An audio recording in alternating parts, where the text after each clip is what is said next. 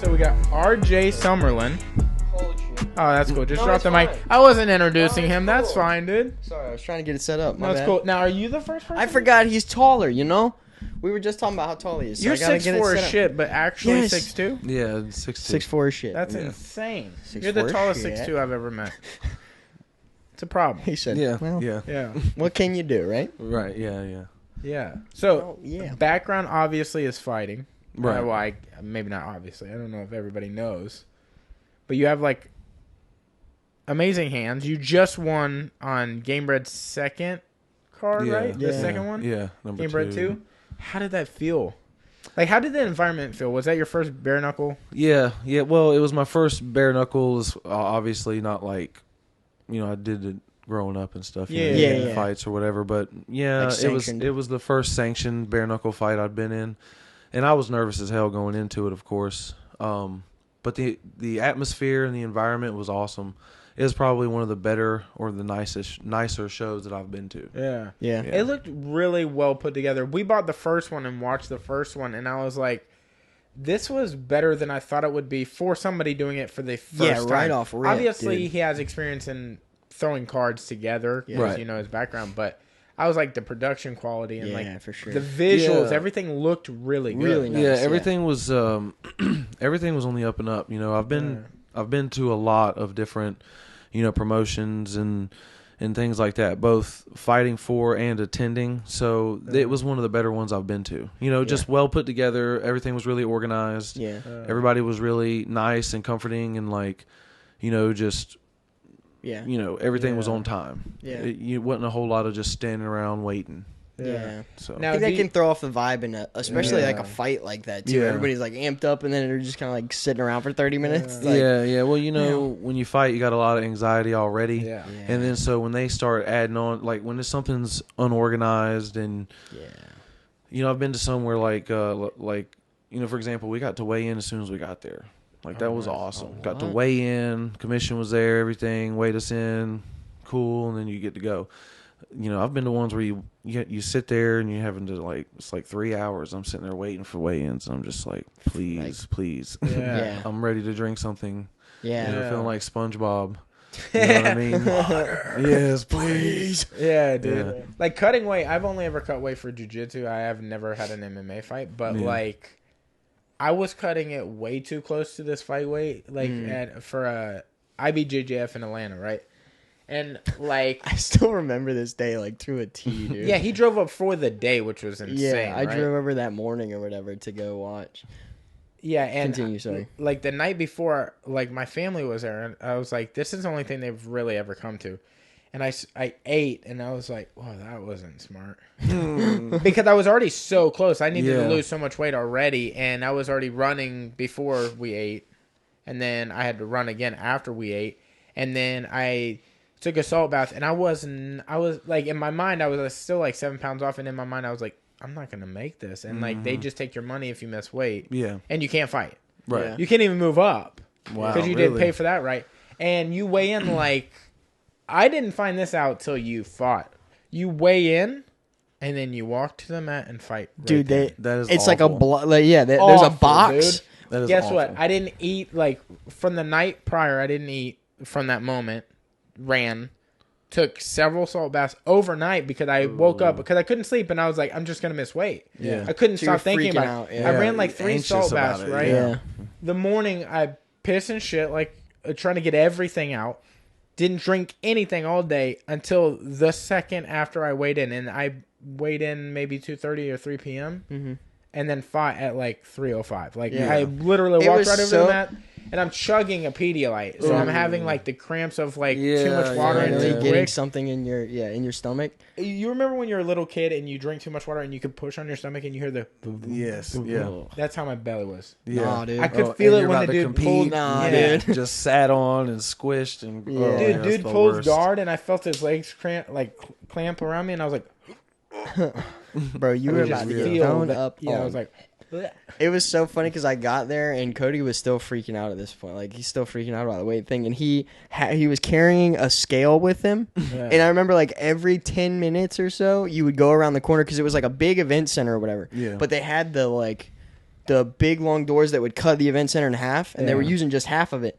And so he crept around the corner, took all his clothes off, and got on his scale like every 10 or 15 minutes to check his weight. Like he was like free. I was like, dude, what are you doing back here? Like I peed over there and I see it. Yeah, I gotta be getting close. Yeah, right. Yeah, I mean it's definitely one of the mental things. You know, cutting weight. You know, I'll check when I'm cutting weight, I'll check it 3-4 times a day. Yeah. Even sometimes I know for a fact it's not going to be any different, and sometimes it hurts you more than it helps you because you get on there and you're like, oh no, I should have cut this much, you know, or whatever. But you know, the reality is oh man, that's just awful. That's just awful to have to compete right after that. Yeah, luckily we get the 24 hours. You know, so we get the time once we cut the weight to be able to rehydrate. Yeah. Like locally, do they like? I know some, or I think like the UFC has adopted it now that they do it like 36 hours.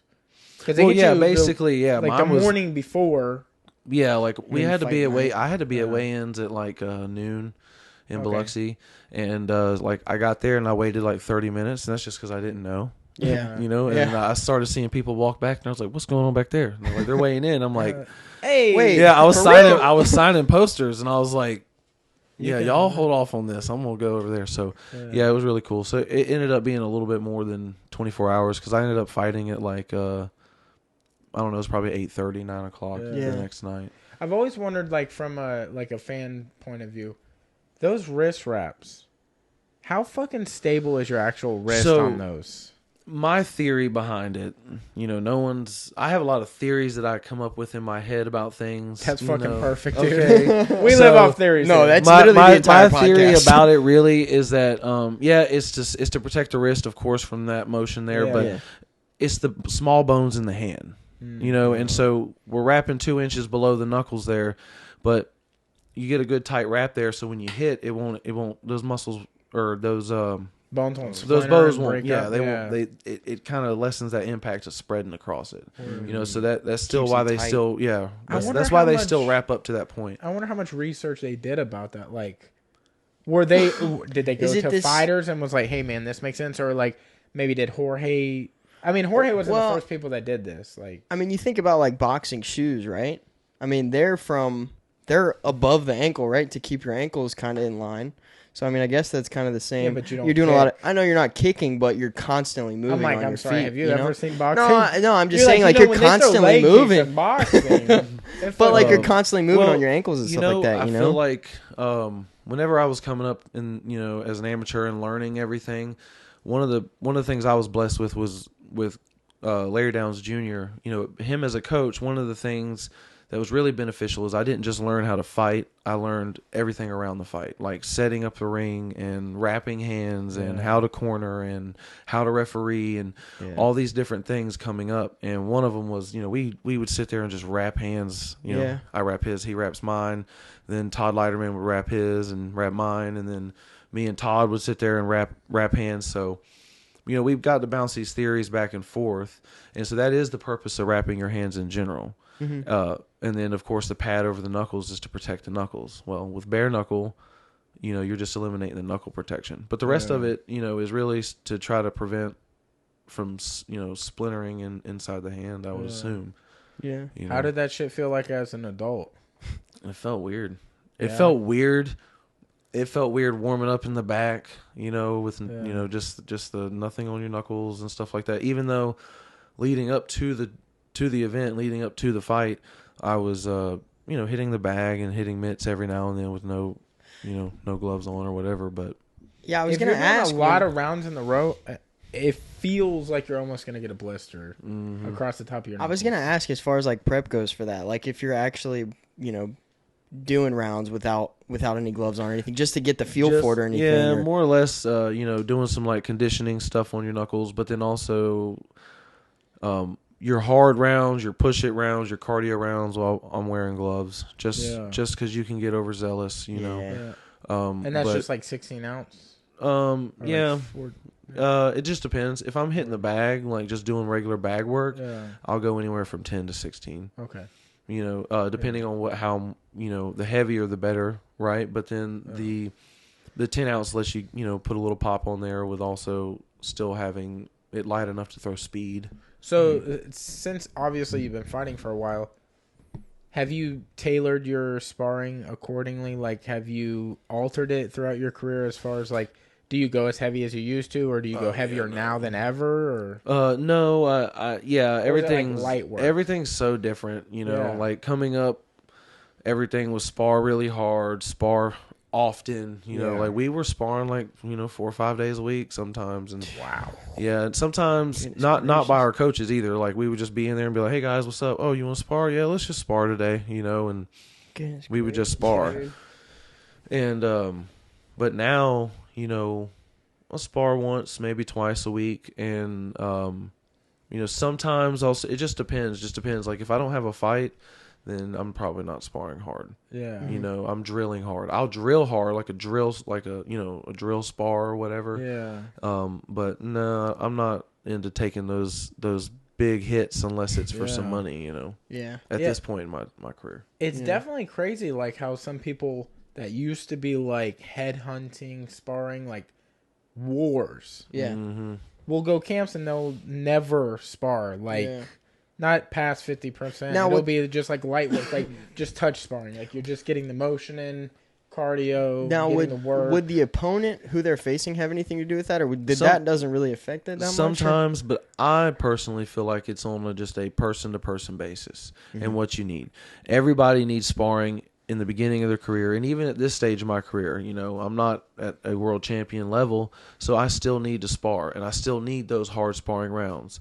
But I'm also 27, so I've also got a full-time job. Yeah. So I also have to be smart about how I do those things. Yeah. And I think that's the evolution of the sport, is learning how to be smart about things and how to do those in the way that benefits you. And what might benefit you might not benefit me.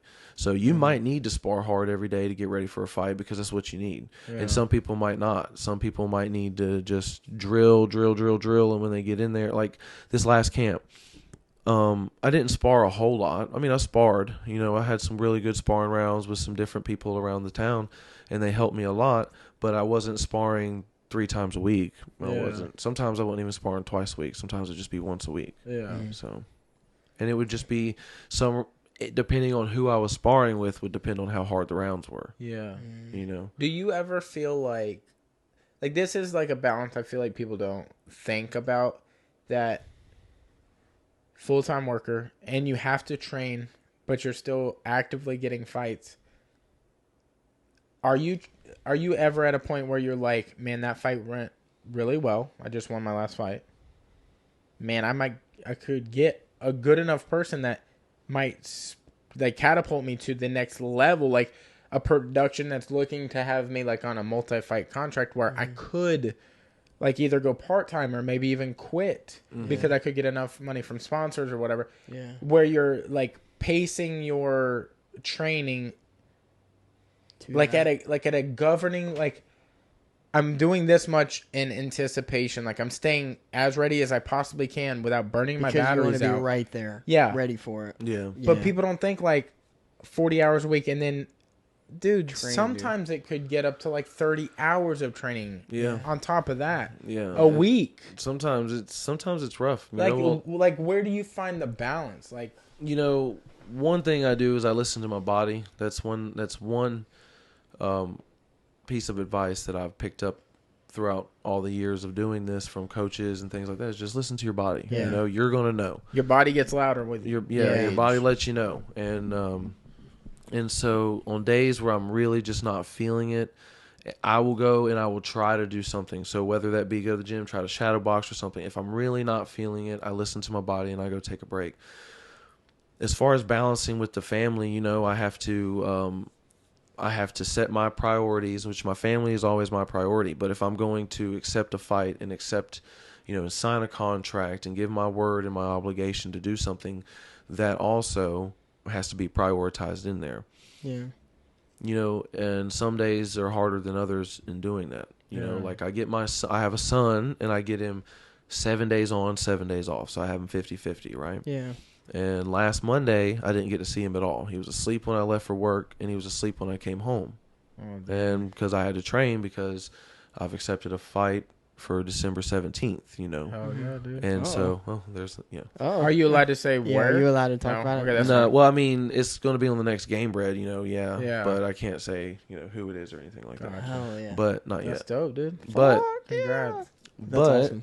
you know, so in doing that, but like, even all this far out, I take it very seriously because I don't want to get embarrassed out there. That's the number one thing, is obviously not to get hurt, but not to get embarrassed. I want to go out there and have fun, win, lose, or draw. Of course, I want to win because I'm a competitor, but I don't want to be embarrassed. You know, if I lose a fight that is so close and it's just entertaining and everyone had a blast and everybody and it was a great fight, Then you know, happy. that's better than going out there and just being embarrassed. Yeah, because you know you put your work in, and it Yeah. it shows. Like if people know what they're looking at, they'll know. Yeah. So sometimes the balancing act is a little harder than others, you know, especially with, you know. I didn't even take in consideration that you had a child. Yeah. Like that. I can't even imagine, dude. I can't even imagine is having a full-time literally- job and then trying to be a father on top of that. I mean, you know what I'm saying? Like, that's insane. A father is a literal full-time job. Yeah. There is literally no time off. Even if you're sleeping, Which, if they're up, Bro, you're on the clock. You know what I'm the saying? best- You're the on best- call. The best thing about it is I get to take him to the gym with me, you know. That's awesome. So he's grown up. He's grown up around it, so he's used to it, and he knows how to. he's gonna look back and be like, "Those were the coolest times of my life." Oh, bro, I can't even Watching you know, dad because box, also yeah. because he's spoiled, so dad brings all the toys. Like I used to bring a bucket of toys. Now I have a bag. I've you know. Yeah. I've compressed Consolidated. it down to a bag. Yeah, you know. So That's crazy. But you know, I'll bring him a bag and his toys and stuff, so he gets to play over there and whatever. That's so cool, man. In a dream world, what avenue of fighting would be your preference? Like, what style? Like, boxing, MMA? Like, you like the bare knuckle now, or you know, the bare knuckle's all about the money for me. To be Yeah. honest, you know, it's not some. I mean, it excites me because it's like. on the edge? Yeah, it's Well, up and it up. excites Yeah. me because you have to be excited about something, you know, like that. Otherwise, you know, you're not going to have a good turnout. You know, I don't know if that Yeah. makes sense, but. You mean you personally won't have a good turnout? Well, yeah. If I'm not Like, excited you about won't get up for here's it. an example. You know, the losses in my career are from being overconfident, and that's not the only thing they're from. But on a deep level, you know, after every fight, I go back and I look at myself and I look at the pros and the cons of the fight. Right.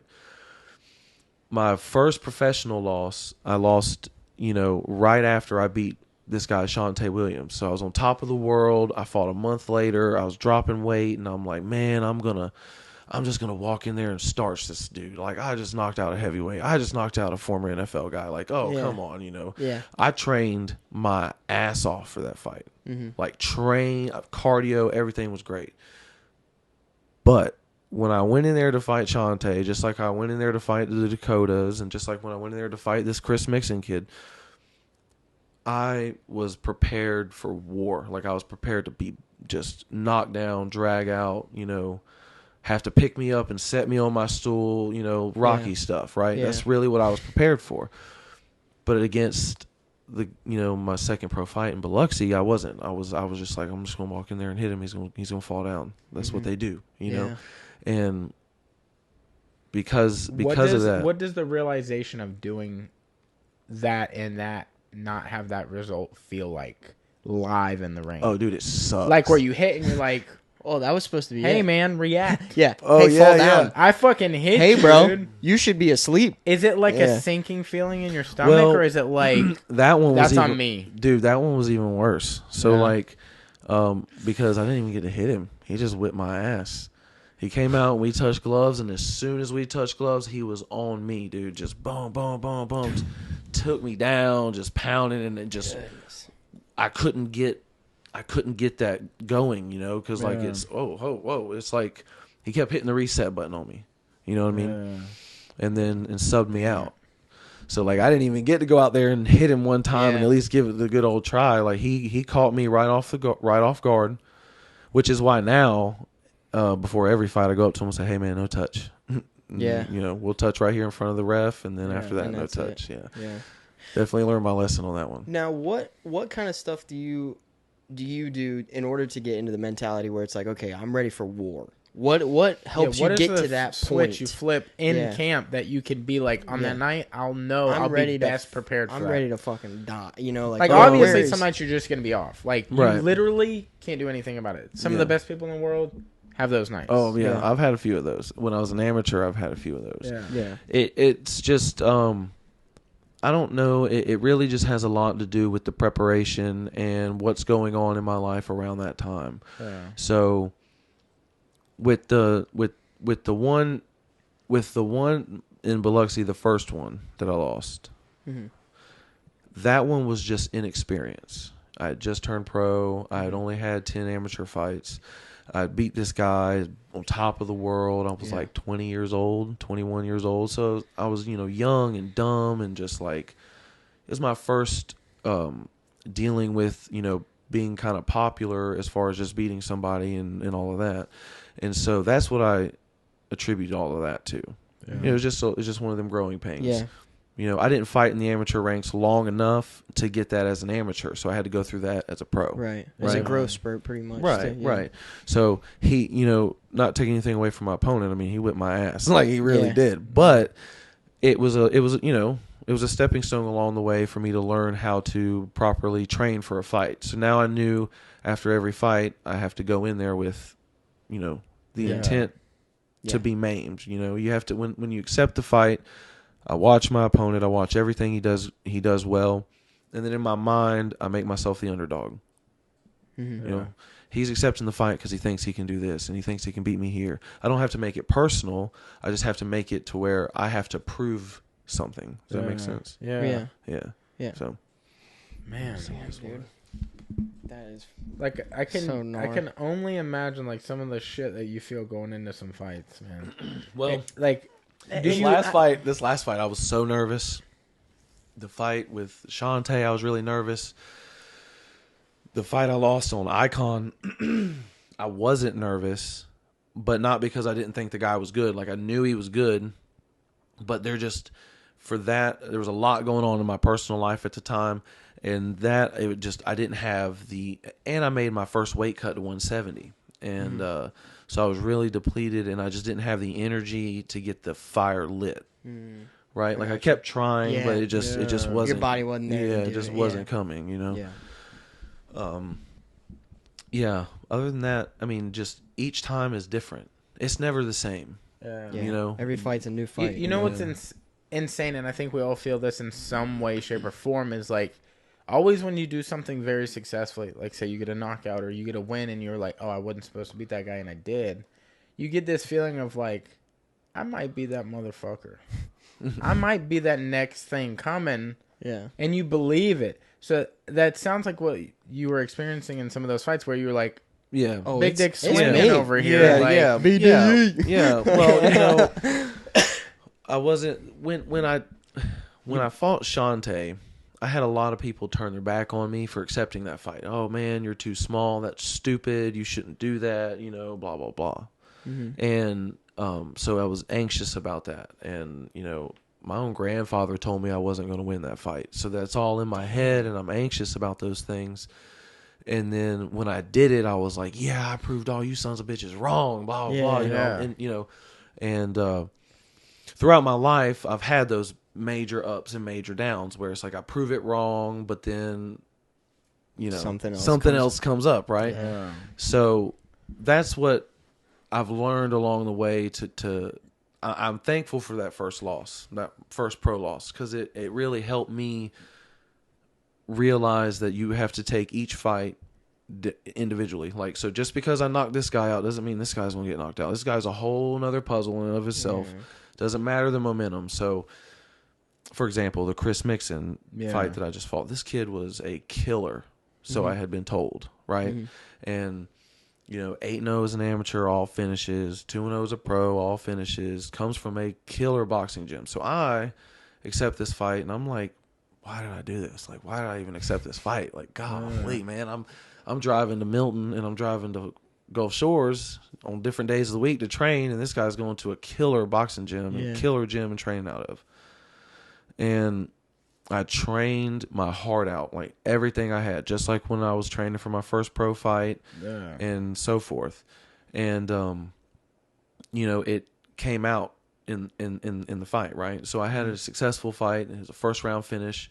Did not expect that. Yeah, the scream you had afterwards, I was like, motherfucker, on it, dude. You were like, you're like Super Saiyan in that shit. Well, my last win in MMA was Shantae Williams in 2016, and there's been a lot of in my head of, man, was that my one thing, and then I tried the boxing with Roy, and we can get all into that. I know I jumble, I'm jumbling around everywhere. Oh, you're good, dude. No, whatever you want to talk about. Yeah. Bro. But, it's one of those things. It's like, it was just a relief of like all my hard work came out. I still got it. I still have that killer in me. I was wondering if fatherhood made me soft. Do I still have that killer instinct in me? And I do. Yeah. But what I take away from that is the success from that fight is from my training. And so all I'm looking to do for this camp is just to amp up my training. I've gone, spending more time at certain places, working on certain things and focusing on certain things that, instead, I've never been the type to be satisfied with something. So even though my head got big in the last fights, I still always up my training. My difference now is I just know that this was just one fight.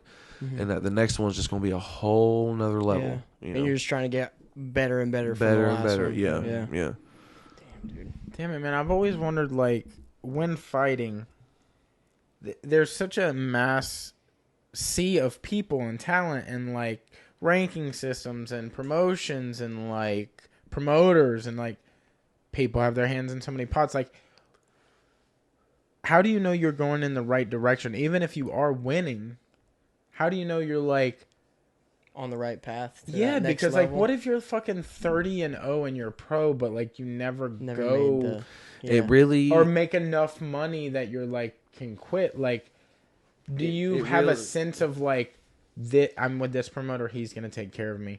And I'm not saying anything. I don't know anything. I'm not saying anything. Yeah, we're not in the fight game like that. But in boxing, that's how it is, right? It's all about. A lot of this game is about who you know. Yeah, and right, and so there's some great people in the area. Like, for sure. A lot of it is about who you know. But it is up to you to get to know those people. Yeah, how do you meet those people? You go to a show, you show out. I promise you, if you go to a show and you start your guy and you go to it and do it 3 times, 4 times, your name keeps popping up, even as an amateur. You keep going to the shows and you keep stopping people, or you keep putting on an exciting performance. People are going to know who you are, and people are going to ask about you. That's one of the things I am told a lot more people know who I am than I think. Just because of my I knew your name long before I met you. Yeah. Right. And see, I don't get that. See, because I live in my own little world. In my own little world, I'm the underdog. Yeah. In my own little world, no one gives me the break, and I've got to work harder and harder to get the break. Right. That's how I push myself. Yeah. Right. And so, but because of my constant effort to push myself and to fight and to do those things, people know who I am. Yeah. And so anybody out there that wants to try to get into it, just go out there, go to a gym, show them you're dedicated. Every success story that you ever hear in any sport is, I had this guy walk in the gym. I had this girl walk into the gym, told me they wanted to be world champion. I told them they'd never do it. Told them I gave them a workout routine, or I gave them a footwork, or I told them to go do push-ups, or I told them to do this. And, I never thought I'd see him again, and they came in the next day, and the next day, and the next day. It's all throughout time, it's been that way. Yeah. And that's all you have to do. It's the people that are willing to work and put the work in and be dedicated. That's all I did. That's all I did. I didn't know Larry Downs when I graduated high school. I walked into his gym. I was there. He, wanted us to train, or, I started training, and I just showed up every day. And then someone else wouldn't come, and someone else wouldn't come. And eventually it was just me there by myself. Yeah. But you were the one who showed. But that's the way to do it. That's the way to get out there and get your name out there, is to be there. Yeah. Be there. Be that guy who's there all the time. And I just was watching a documentary on Netflix about this, and I had to Google her name to remember it. But Christy Martin was the same fucking way. Mm-hmm. She was super famous back in the day for being a girl that was starching other girls in boxing, right? Mm-hmm. And she went into a gym, or she was actually just boxing. I think it was a tournament one night. Like, she was like, yeah, I like fucking boxing one night. I'll try it out. She beat everyone. She got, like, the fake title they had, right? And then, like, somebody saw her and was like, hey, you want to move to Tennessee? Or I think it was Tennessee. Somewhere like that. And was like, you want to try this out? And then he, like, put her in there with, like, heavyweights. And, like, she would get beat the fuck up. And she just kept coming back and coming back. Mm-hmm. And she became, like, a world champion. Well, that's how... For, like, 20 fights. And then they had her go against Ali's daughter. I can't remember her first name for the life of me. But, I mean, she got wrecked. It's like Layla, I think. Layla Ali. Yeah, Layla Ali. Yeah. But Layla Ali was, like, outweighed her. Yeah. Way taller. Reach was crazy. It was, like, experience was obviously different, too. Yeah. I have people... will message me all the time and ask, hey man, how do I get into it? Hey man, how do I do this? It's hard work. It's literally show up. Yeah. Like that's all you have to do is show up. Just arrive at your destination. Just be there. Do what you're told, man. And if you keep at it, you're going to get better. There's no way you can't get better unless you are trying not to get better. Yeah. You know, you don't even have to try hard. The harder you try, the better you get, the quicker you get better. Yeah. But you know, I mean, it's just, and that's at anything, not just sports, but that's just anything. Your job, just show up.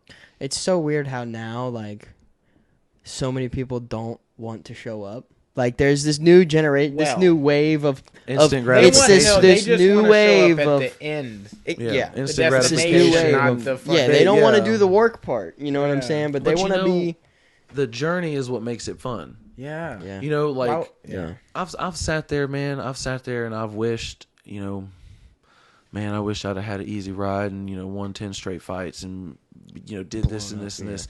And it would have been great. And that would have been an awesome story to tell. But the position I'm in now, if I keep this momentum going, I can still go and have that destination. But I'll have a story of recovering from 2 ACL surgeries. I'll have a story of going to boxing and learning from Roy Jones Jr. for 2.5, 3 years and things that I wouldn't have had to that point. So, you know, the destination is great, but the journey and what you do with the journey on the way there is really what matters. What makes the story for sure. Yeah. So you said you had 2 ACL surgeries? Yeah, what the knee. hell was that from? Yeah, man. I right after I lost that fight in Biloxi in 2016, it was in May. I was, you know, obviously I was all butthurt about it. And I was like, immediately I was on the phone with another promoter and I was like, all right, give me another fight, blah, blah, blah. So I was training for this fight, but right before the week of that fight in Biloxi, I had to go get a shot for, I had pneumonia. And so I had like 20 or 25%, something like that, fluid in my lungs. And so they gave me this steroid shot. Dude. No, just as right before the fight. Okay. And so like I just, you know, just that pneumonia, I had like walking pneumonia and they had to give me a shot in the butt like 3 days before I went and fought as I'm cutting weight. Nice. And nice. I was also on these sounds like a good time. I was also on these antibiotic, you know, oral antibiotics. Well, I later found out one of the symptoms of those was like, you know, your ligaments kind of get dried up or tight or whatever. So anyways, I went and had this fight, lost, was all butthurt about it. So I was in the gym training even harder and I was sparring one day and I had just finished up those antibiotics and dude went for a single leg and I was like on the ropes and he went one way and my body went the other and there was a loud pop. Like everybody in the gym stopped and just like looked up and like, what was that? And it hurt so bad. But then it stopped hurting. Like, it hurt really bad for, like, 10 minutes. And I was just like, oh, my God. And then it just stopped hurting. So then it was just kind of like, okay, that's weird. So I was walking around. Weird. Like, no, it's fine. You good? And you're like, fucking. I am now. I think so, Yes. right? I think I'm good. Yes. So then I go and I have a kids class that I'm teaching. I'm like, all right, guys. So when you then throw a kid takes you down and you're like, pops I'm again. like, this is how you throw a jab. And I step out for a jab and my knee gives. And I fall on the ground. And so I'm like, oh, God. So, you know, go get an MRI, found out it's completely torn, and go through the whole ordeal of getting it reconstructed. They took out the like a cadaver or something. No, they did the patella tendon graft on me, so they filleted Cadaver's me a open. dead person, ain't it? Yeah, but they can do a cadaver. What? Yeah, I kind of wish they would have done that because Wait the a minute. recovery is only What? like 6 months, but the risk they told me You're the not risk. literally using like a dead person's skin. You're using their ligaments. Yeah. You could take a dead person's ligament and put it in your live body. Yeah, but Yeah, it's the if way your they body preserve takes it. it, yeah, Yeah, but yeah. your body has to take it. So like Dominic Cruz had an issue where he had it, and then something about like his body didn't take to Yeah. it, didn't Like the got tissue, infected or the something. tissue didn't take. He's got to have the worst luck as far as like injuries, dude. Like, And whereas this Jesus. one, the doc, they were like, yeah, we'll just take it. It's your own tissue. This one's stronger than a normal ACL. It's like 100% stronger or something. So I'm like, cool. All right, So they bet. did it right. I Like, need it. It's like 100% Thanks, man. stronger, whatever. So I get it done, do all the rehab. I'm super excited. I put on a little bit of weight, but it's all good. Yeah. And I accept a boxing match with this dude that I was supposed to fight right before I tore that ACL. And week before the fight, I'm training because I'm going to Milwaukee in like June of that year to go train with Duke Rufus and them. So I'm training at this MMA gym. It's a week before the boxing match, but I'm doing takedown stuff, and I tear this ACL again off a single leg again. And You're like, hey man, wrestling's not my thing. All right. yeah, right. Like, okay, No more so single legs God's- for me. You're like, boxing it is. Yeah. So I ended up still fighting, but the day of weigh-ins they switched it to Dakota Merritt, so we ended up boxing. And I Still You fought fought on on it. a- you I'm fought on a sorry. tour I ACL? heard that and it took a second. yeah. No, What when the I fought Dakota in that boxing match, yeah, Were you wearing a knee brace or anything? I was wearing one of them neoprene. Yeah, knee like a sleeves. sleeve. Like Yeah. to keep it. Yeah. What, dude? How did it? Was it still hurting like a mug during the It fight? does- Or? man, I'm gonna tell you right now, the ACL thing, it never It's that hurt. knee? Yeah, it's my left knee. It never hurt. It was just I could not do anything on it really. Yeah. Unless like I could not be imbalanced at all. Like that knee had to be, Straight up and down. yeah. Gotcha. Or yeah. you just give or out. it would just give out, right? It's literally like a fucking. It's like a stabilizer Yeah, like almost, or huh? like a prosthetic leg. Yeah. yeah, If it's not Any perfectly kinda- stable, that shit can just. I've Yeah. seen people just fall clean over. yeah. Like, jeez. Yeah, so I ended up going and getting it to another doctor at Andrews Institute, and they did it. They took the graft from my good knee. They took the patella tendon graft. You're from like, that knee. please don't fuck this one up, Yeah, dude. and they weaved it through this one, and then they added a ligament on the outside to help me from like tweaking it. So it's Yeah. been pretty good since then. So Damn, dude. This knee's good. there's no fear for that. Like it's less. I was about to right? say, dude.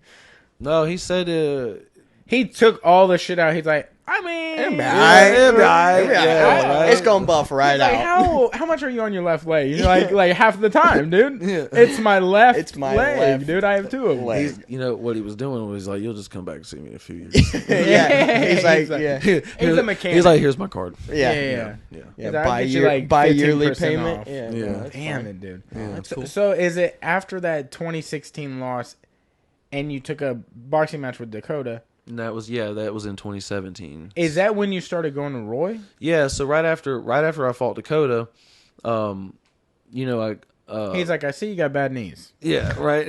Let me holler at you. Yeah. Well, Larry closed his gym down. We had a guy that Okay. trained at both That was the gyms. one on Gulf Beach Highway, right?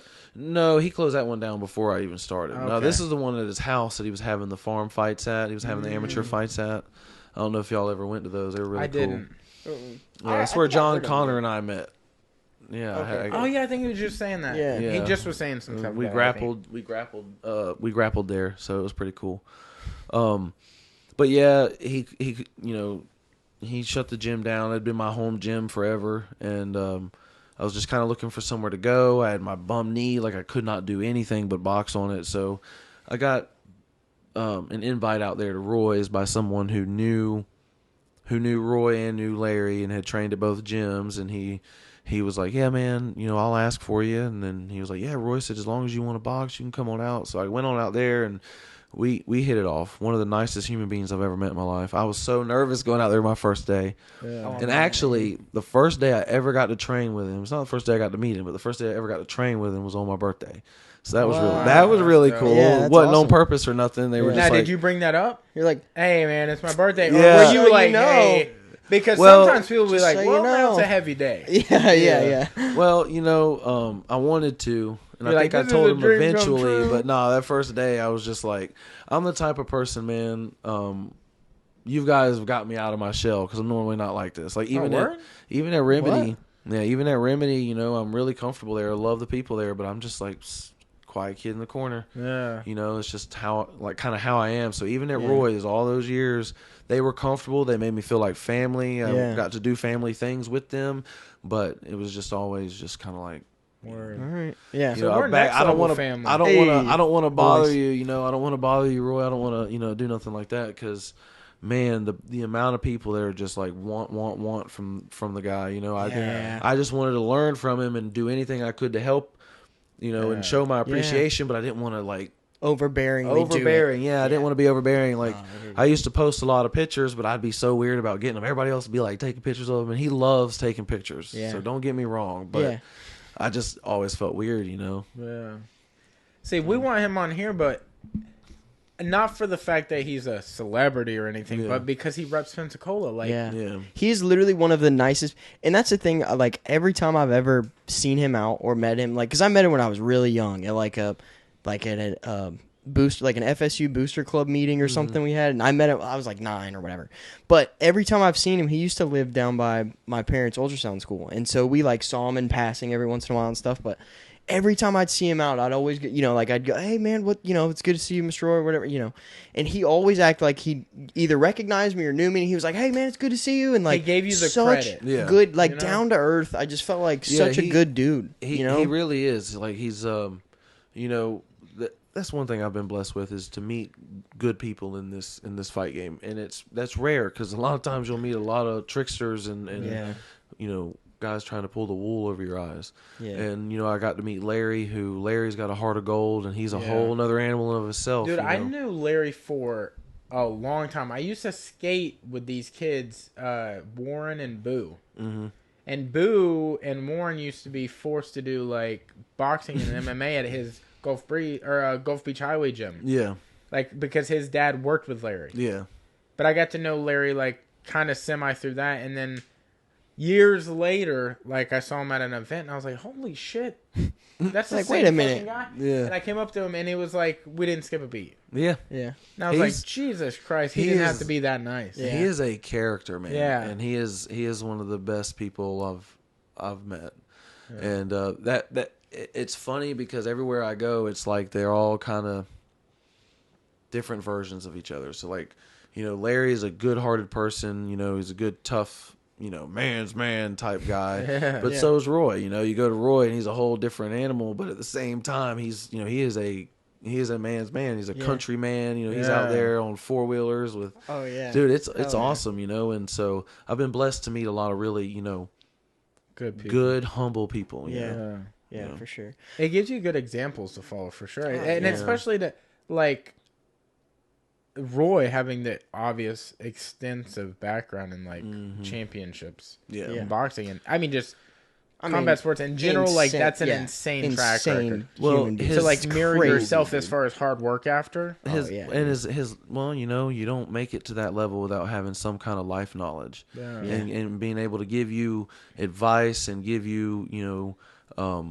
tips and pointers on, hey man, when this happens, do this, and when this happens, do this. And it wasn't always sport. Like, he wasn't always there for me for just the sports. He was there personally for me too whenever I needed it. Hey, like for someone to talk to, you know, hey man, this is going on. And he was like, hey, look, you know, and always had really good advice. Never, well, just run 6 more laps and you'll feel better.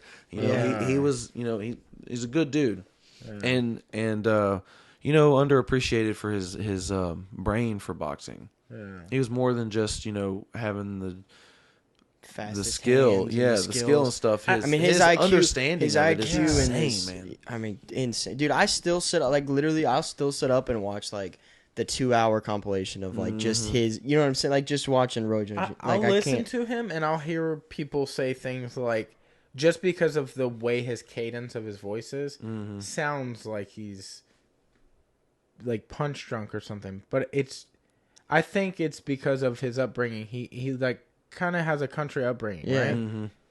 Just because he's not articulate like Max Kellerman or something, like Max Kellerman or like John Anik have like a diction. They have every fucking word that you can think of. Their vocabulary is like, but that's their job. Yeah, right. But like, he has a way of like, he knows how the fight's gonna go. Yeah. Like obviously this was his last fight, but his fight against Mike was like still so unbelievably strategic. Yeah. Like people thought it was like a handshake agreement, no headshots. Or he's that good that you couldn't land a headshot. Like, but they think. Well, you know, a lot of people. He's a genius. Dude. A lot of people like to discredit things that they can't do. Yeah, and so or they don't understand. Or they don't understand, and you know, so you can't go stand in front of Mike Tyson and not get punched in the face. So they had to shake hands. Yeah. You saw Mike Tyson knock out all those heavyweights back in his prime, and you saw Roy get knocked out of his prime, which were two different times, two different eras, two different ages for both men. Well, you know, they had a handshake agreement, you know, so whether there was or there wasn't, I doubt there was. You know, being in the gym with him, he's very competitive, like a very competitive person. You don't get to the level he gets to without being competitive, right? So, I mean, he chased weight classes. It wasn't like he was just fucking sitting. It's like, I'll do them all. He wasn't like, he's like, no, you want to? Okay, let's do it. Like, I'll fight it. Yeah. They're like, what weight? He's like, yes. Yeah. What weight? Yeah. Say less. I'll fight it. Yeah. Dude, I don't know. Like, I mean, those people understand. You know. Yeah. No, haters are gonna hate. People always discredit work. So how long did you train with them? With Roy? It was like 2.5 years. Okay. Yeah. Damn. Like from 2017, 18, 19, like the end of 19, beginning of, like right before COVID. Did you stop training with him to transition to something else, or did you like start to find something closer? More or less, just kind of wondering where my place was in the world, and just kind of like, you know, I took time off of working to train.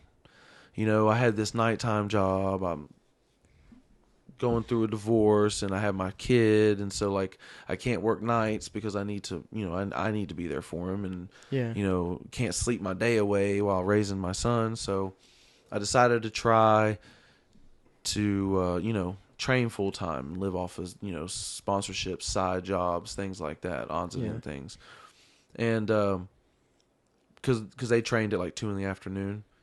And it just got too much. I had to go back to work, and I had to try to figure some things out. But then also, it was just in boxing, I had a lot to learn. Boxing is so hard, like so freaking hard, man. Like, you guys think I have good boxing? No, I don't think people, and I obviously do not have an understanding like you do, or you know, many other people, but I can understand the technical side of boxing, and like I don't think many people understand, like, dude, there's so much that goes into it. Man. It's like, insane. You know what it's me, like? dude. I don't know how much you know about him, but it'd be like you going into the kitchen and then asking to dice a perfect onion. Right. Like right off rip, and be like, all right, it would be more, I'm going to show you technique real quick, and then it would be go. more than that though, Yeah, because it would be on a higher level than that. So to be like left right, left hook. Yeah, and then you're setting up another combination after that, but it's all one. Oh, dude, I couldn't even imagine. Slip, left, like, right, I can't left, even imagine. Well, like, it's even more than that. Like, in MMA is a whole different animal. And MMA is not easy. It's not easy by any means. Right. But it's just a different animal and a different type of conditioning. And in boxing, you are trained for the left and the right hand. Mm-hmm. And so there's only so many things you can do with the left and right hand. And there are plenty, but there are still only so many things you can do. And you have to be set a lot more. You have to be ready for counters. And you have to be ready for counters to counters to counters to counters. You know, we would do drills, man, we would do drills just, it would be a jab, counter, jab, hook, counter, jab, hook, right hand, like, because sometimes that's how the trade goes in a boxing match. Yeah, and then also on top of what, you know, like you said, you can only do so much with that, but then you're trying to find a way to put your spin on it, right? To make it look like you know, to make it yours, which is like, dude. Also, you're trying to do all of this while trying not to get hit. Yeah. Well, like that's the trick, right? Because the chess match right there. Yeah, that one. That's the hard part. How much does it? If you like, you know, if you get hit rocked one good time, how much is that affecting? Like, I mean, I'm sure it's insane. Oh, but man, it just depends. Okay. It just depends. Again, it's just one of them things, man. It's like, I fought my last amateur fight. I fought this guy Leonard Williams, and he hit me with everything he had, right on my chin, and dude, I mean, I was still standing, but nobody was home. Yeah, like I was gone and was still able. So I don't remember it. It didn't hurt. I don't remember it. I was concussed as hell. Still went on to win the fight, but don't remember anything. Yeah. You know. So that rocked the shit out of me. Yeah. But, you know, it didn't hurt. Then I've been rocked Cody Herbert. He rocked me in my my first pro boxing match, second pro boxing match, my first one with Roy. He rocked me, and that one hurt. Like I had a headache immediately. It hurt. Mm-hmm. So it's just different. You know, there's just different. It's probably how it affects the impact of your neck and your spine. Like it's probably like a pinched nerve, and you're like, oh fuck. That's got to be so scary. It's like you're braced. It's like you hear a lot of the time the the punch you don't see coming.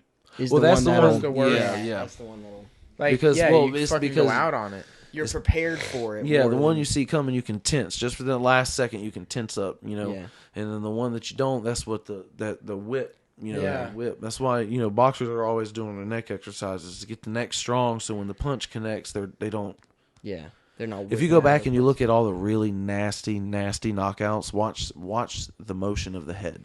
Yeah, they hit them and their heads. Like, I mean that super duper famous slow mo Canelo knockout. I can't remember the dude's name. Amir Khan. Yeah, I don't know that it was him, but they like green screened Canelo completely out, and it's the dude that gets knocked out all by himself in the ring. Oh, I have seen that. And then all of a sudden you just see him get boom. Yeah, and then he goes just down and slams his head. But nobody else is in the ring, so it's like, what the fuck am I watching? Dude, what was Roy's fight? What? I can't remember the dude's name. But he knocked him out, and he rolled over almost outside of the ring, and it looked like he had been an exorcist almost. You know what I'm talking about? Yeah. What kind of shit is going on there, dude? Like, hit him right in the temple. The body's weird, man. The body's weird. You know? It has light switches, bro, and it turns that shit off. That shit do be turning it off. I mean, look at his fucking. He's built different. Dude, Roy's different. Yeah, built different. Like, I wish I was wearing my Roy Jones Jr. shirt now. like sparring with him. Has he ever turned it on you? Oh no! Where you were like, you're like, okay. Well, you're like, oh shit! I just gotta get out of the ring. Well, not yes and no. Yeah, like not too in much. a coach way. In a coach way to the body. Oh yeah. My he said my second boxing match with Roy. You're like my second broken bone. I went into the fight with more bruises than I came out. I went into the fight, bruises all over me from sparring with him the day before, or like 2 days before. Oh my god! Yeah, and then the fight came. The fight was offered, and we were like, we'll take it. You know, he's like, he's been training. I'm like, yeah. Can you tell? You're like, I haven't been training. I've been standing and getting hit a lot. It looked like I got shot with a bunch of bean bags. You know, just a big bruise there, bruise there. Yeah. God, that's gnarly. I can't even imagine, dude. How scary was it? Like you were talking about, you don't remember the last whatever part of the fight in that you said in one of your amateur fights, right? Yeah. What I mean, what the next part you remember was in the ring? Yeah, I was just like, they were like, I was sitting down on a stool, and I had a belt in my hands, and they're like shaking me. They're like, "You won," and I'm like, I just remember looking up and going, "What? What happened?" Dude. And they're like, "Oh, he's asking this again. Yeah, he needs to go see the doc." And then I'm like, "What happened?" And they're like, "You won." And they're like, you know, just kept on. What happened? Well, you won. Yeah. What? How'd I win? How? Yeah, TKO. Well, what? He hurt his hand. What do you mean he hurt his hand? That's not a win. You know, and just going off and stuff like that. So, God, dude, I can't relate it to like striking. I mean, I've been fucking buzzed real bad by like, I mean, when I first started Muay Thai, I don't know if you know who Alex Silva is, Alex Silva Ruiz. Mm-hmm. I mean, I've never met him, but I know fucking who he is. Cannonball of a just real thick boy. You know, he's the shape of Earth, thick, right? Like, real dense and like, dude, when he would connect on an overhand right, it was like I felt like I was coming into him, and I'm like, I wasn't even moving. Oh man, It feels like we both collided, and I was just like, there's no way he had that much force in that. and it would stun you. But in jiu-jitsu, when I feel like you almost got out on a choke or something, it feels like you're there. Your sight went a little out, like depending on what the choke was, but it feels like.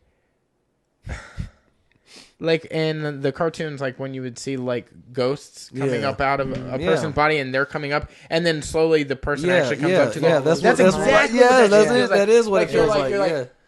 It's like Yeah.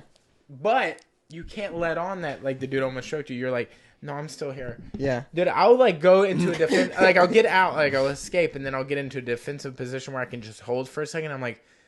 All right, just get your like sight back. Like, let me get like back here in this moment, and then I can like I'm pretty good about breathing. Like breathing isn't an issue anymore. I've been doing it for so long, but you're about 30 years deep. No breathing. I mean, cool. Breathing. Yeah, no, I mean, cool. I'm just saying, 30 years. Yeah, but time, like that coming back thing, I can only imagine doing that live in a ring after getting. Like fucking like putting hammered. on, like trying to put on, but like, then winning on top of that, I can't even imagine, bro. Hey, the best comeback victory I had was the boxing match with Cody Herbert. You know, we took that fight, and I was walking around at the weight I weighed in at, which was the lowest ever. It was 177. I'm just walking around, didn't cut any weight. Poor Cody cut all the way down to 180, and he looked like so drained on the scale. And we go out there, and have y'all met Cody? This sounds real familiar. I feel Cody like I Herbert. have. He's fought. He has a few tattoos. Yeah. He's got. He just fought on. He fought on the Gamebred card with me. I think so. Yeah. Didn't he just recently fight on Island Fights like a few cards ago? He fought Dumas twice, but he's been pro since then. All right, I'm gonna look this up later. Like Cody is a very talented dude, and he's got these legs, right? He's got some briskets in there. He's got some. Yeah, this dude's got some thick legs. down low, you know what I'm he's saying? got some tree trunks down there, right? And we go out there and. Well, this isn't good. The very first fucking picture. Oh, right. That's great. I am so sorry. Look at my chicken legs. Freight train. Okay. My chicken legs. He said, well, this isn't good. I mean, look at the. I mean, it was literally the first picture. I was like, "What's going on?" Yeah. So I know Cody. I'm sorry. Like I don't know. I'm so terrible with names. When I fought him, went out there, and Roy's like, "Hey man, we don't do first round knockouts unless it's a body shot. You go out there, you jab.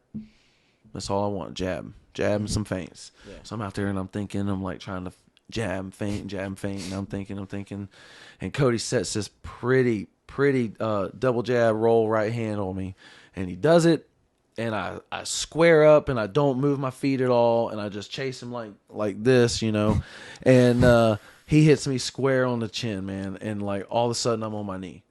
Like just like that. Like I was here, and then all of a sudden I'm on a knee, like I'm about to propose to somebody, right? Like I'm just. Jesus. And I heard the crowd go ooh, which is not a great feeling. No. Like you're like, well, I didn't do anything. Damn, that sucks. Yeah. So I hop up, and I wasn't hurt like at all. He just caught me right on the chin, sent me down. So I wasn't hurt. So I was like, okay, cool. So I go, finish out the round, which I lost the round. Because I got knocked down, but I won the rest of the round as far as like the momentum was his because he knocked me down. The round was his because he knocked me down. But when you're going by stats, by points, by things like that, I was outboxing him, even though he dropped me. Right, you're controlling the ring, controlling the round, right? Yeah. So let's come out the second round, and Roy's like, "All right, well, we got to amp it up a little bit." So now start throwing up a little. Like, okay, he's like, well, that didn't go the way. Yeah, here's the thing. Remember what I was saying about the whole body shot thing? Yeah, we're gonna have to switch that up. Yeah, exactly. Basically, right. So we go back out there. And it's the second round, and we're doing whatever. And again, man, just so focused on trying to look good in front of him. And like I'd never been knocked down before, like ever.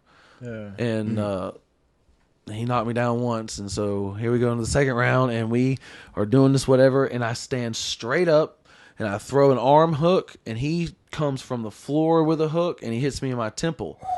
And when he hit me in my temple, I'm like weight on my heels, and he hit me hard enough to make my leg jump. You know, so he short circuited me a little bit. My leg jumped, so I fell flat on my ass and then on my back. And so I'm laying there and I'm like super embarrassed. And I stand up, and this one, my vision was fuzzy, like eyes watering, you know, and like that one I was hurt. And then I was able to make the comeback. You know, I dropped him with a body shot like 15 seconds right after that. Thank God, right? Because I was losing that fight. If it had gone to the scorecards, I'd done lost. You know, it was a 4-round fight. That was in the second round. I'd been dropped twice. Like, life sucks right now. Damn. Yeah. And so I was able to bounce back, drop him in that round, end it in the next round. But, you know, that was the first and really the only fight where I've been hit and like had something affected. Like my vision, like, I mean, it was hard to see him. I was inside. There was a slow panic that was like, I had to calm myself down, you know, because you have to like, I've been here type thing. Yeah. But yeah. What I like to ask this with really with anybody, but when you get into those like either panic spots or like anxious spots when it comes to before a fight, what is it that helps you to try and like get back to center or calm down when it comes to fight time? Yeah, this last one was my family. This last one was just kind of like I mean, as bad as it sounds, just down to the end of the day was, you know, what I told myself right before I walked out, right before like the switch hits as I walk out through the curtain, right? That's when I can kind of, and right before it was just like, basically, to not be disrespectful to my opponent, but it was just like, you're a college kid, I'm a dad, I need the money, you don't. And that's so, you know, it was basically, I'm feeding my kids with this. And so then I walked out. So for me, that's what fired me up this last time. It's probably what will fire me up every time because it's got me fired up a little bit now just thinking about it. Yeah. So, but each time's different. Used to be wanting to prove myself. I don't want to be, you know, weak like everybody used. You know, I used to get picked on in school because I used to be heavier. So, you know, nothing severe, but just, you know, and so, you know, just wanted to prove to myself and be somebody. I want to be somebody. And sometimes when it's like that fight or flight mode, you know, that panic sets in, you have to really check yourself and be like, what do you want to do? You know, do I want to be known as the guy that quit? Do I want to be known as the guy that pushed forward? So sometimes you push forward and still quit. Sometimes you push forward and still it doesn't go your way, but at least you know you gave it your all. You know what I mean? If you get subbed out, again. Yeah. Sometimes trying again is like the scariest fucking thing. Oh, dude. Oh yeah, you know, like I mean, that's kind of how I felt fighting at the Gamebred. You know, I was 0-2 in Biloxi going into that fight. Both times I fought in Biloxi, I got my ass whooped, man. And I was like, man, this is not cool. And so just, you know, but try again. You know, it's just try it again. You know, my last fight didn't go my way. I took a year off. Just try again.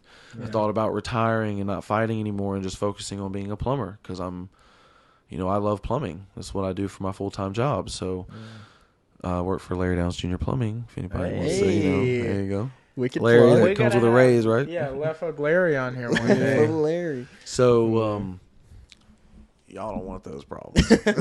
Y'all want Larry on this podcast? Hey, bro. No, you know what? You might get a bunch of views on that. Hey, the perfect podcast is Larry and your uncle.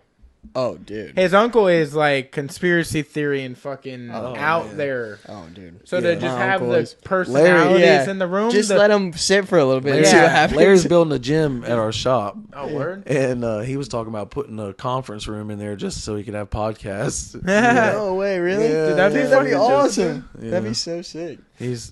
Does he still have that location off of Muldoon? Or is that Cerny? No, he's off of Bauer.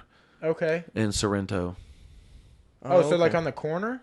Well, his old gym was on Bauer, so now his new gym's gonna be on Sorrento. I guess would be the best way to put it. Yeah. My grandma, there was like I can't remember the fucking road, but Bauer and Sorrento cross, and then if you go through, there's like Helen Caro and whatever the fucking middle school is. Jim Bailey, right? But if you go the opposite way, she was like, you go through the woods for like a while, and then your very first right, where it's like you come across tree or fucking houses, and then it's like a drop down. Your first fucking cut his mic. But like she lived right there, so I know that area really, really well. Hey, dude, take longer to explain anything, dude. Hey, man, you had to be there. It's cool. Gosh, Yeah. dude, that's so funny. He's I like love 10, you. so he It's doesn't all get good. the It's so funny to locations. me, man. This is Hey, man, dude, I can't thank you enough for coming on, man. Man, I really appreciate you guys having me. It's know? big. Like, wow, seriously. obviously, Robin introduced us. Yeah. But it's because it was like, dude, you have a name. Right. Like, you don't know your name, but it Right. precedes you. And it's like...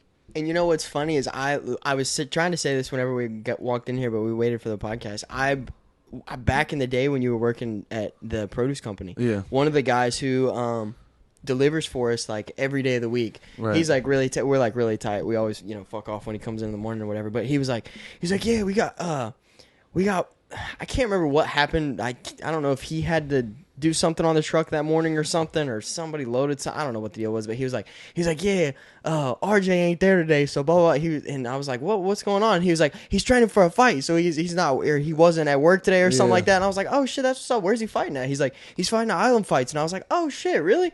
He was like, yeah, he's from around here, and I was like, oh well, damn. I didn't even put that together. Yeah. But yeah. So I knew awesome. about you 2 years ago, 3 years Yeah. ago before any of Yeah. this. It's crazy. Yeah, it's So- awesome. It's a blessing, and I'm thankful. I'm thankful for the way things are going, and staying humble. Is the best. Is the best thing. That's what. That's one thing about the journey. Is kept me humble, because every time something good happens, there might be something around the corner you got to be careful of. So Yeah. yeah. Well, damn, dude. We before we get up out of here, do you have anything you want to shout out? I mean, Like any kind of events or like your social media or... Oh yeah. I mean, go follow me at I changed it. It's RJ Summerlin. Oh, word. Yeah, It just was the gentleman at 185, yeah, right? but Yeah. they said it was too hard because all the underscores and this and that, and Yeah. the gentleman thing was kind of back then, and like, not that I have a problem with being a gentleman or anything, but Hey, I it's mean, he's kinda like, You're one of like- I'm not. You're I like, just- I'm an I don't know. island boy. yeah, there you go, right? So, other than that, I just want to thank my team, thank my family, and all my sponsors, of course, Robin and Sin Ink Tattoos. So, other than that, man, I'd love to come back on the podcast. I really appreciate bro. it. Yeah, You'll bro. definitely be back on for sure. Yeah, Thank you again for coming and 100%. hanging out, Yeah, man. For real. thank you so Thank you. We much. appreciate it. We thank you guys for watching. We thank you guys for listening. We love you. We're getting the fuck up out of here. Yee, yee.